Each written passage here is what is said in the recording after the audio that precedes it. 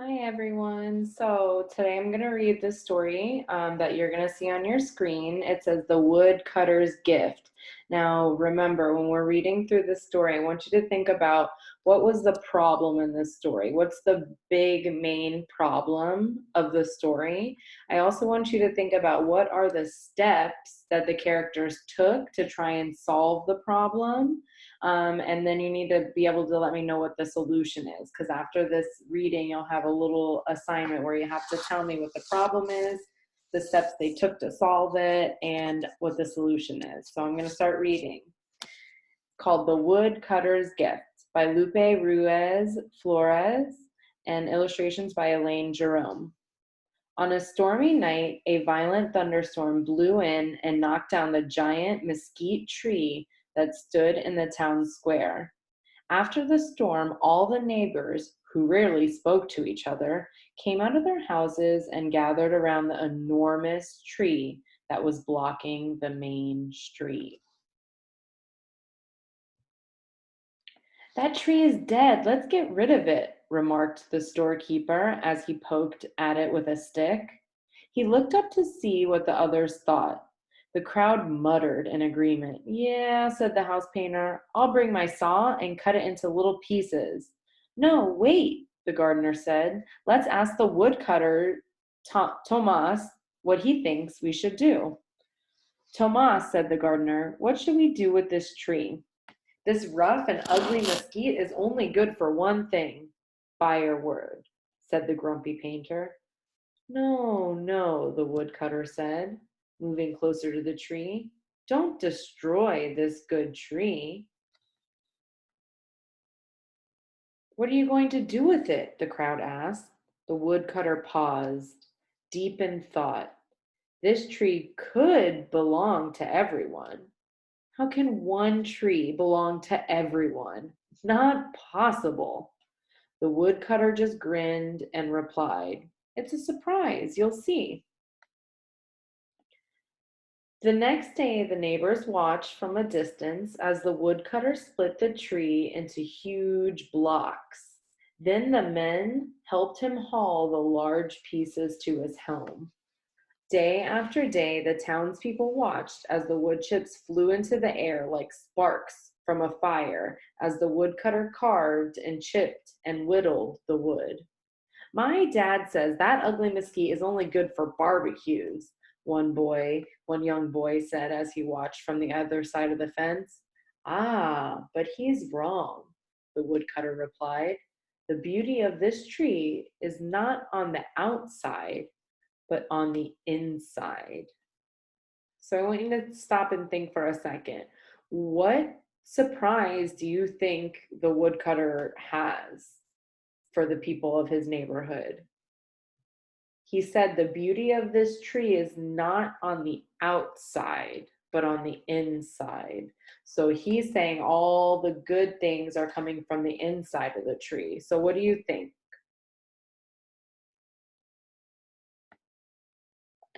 All right, let's keep going. Every day, the curious neighbors went to watch the woodcutter work. They talked and laughed and wondered what he was doing. "What are you making?" they kept asking him. "Be patient," he would say, and continue with his work. One day, the woodcutter moved the chunks of wood inside his woodshed. Children peeked through the knotholes in the wall, but they couldn't see anything. The woodcutter worked every day until the sun went down, and every night he locked the shed. Mm. Finally, the woodcutter rang the big rusty bell hanging on his porch. He had never done that before. Clang, clang, clang. Does anybody remember what it's called when the word is saying the sound?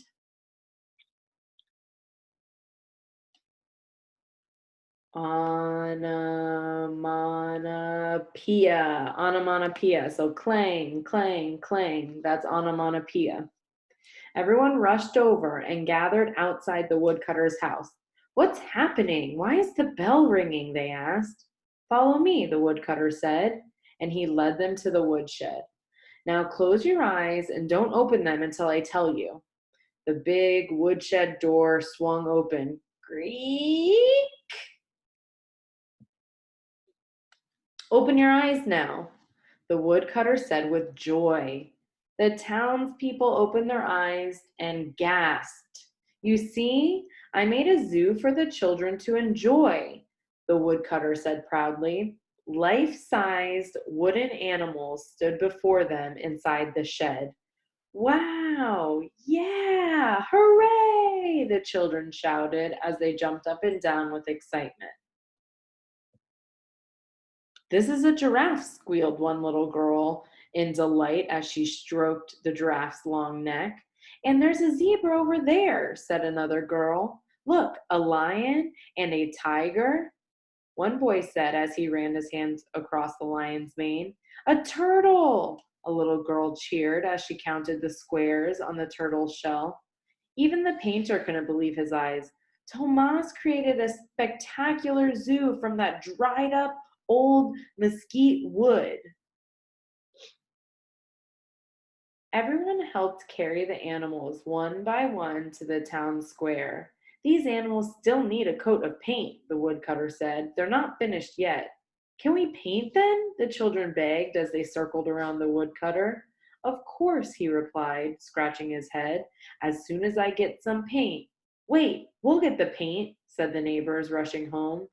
They returned with an odd assortment of leftover paint and paintbrushes.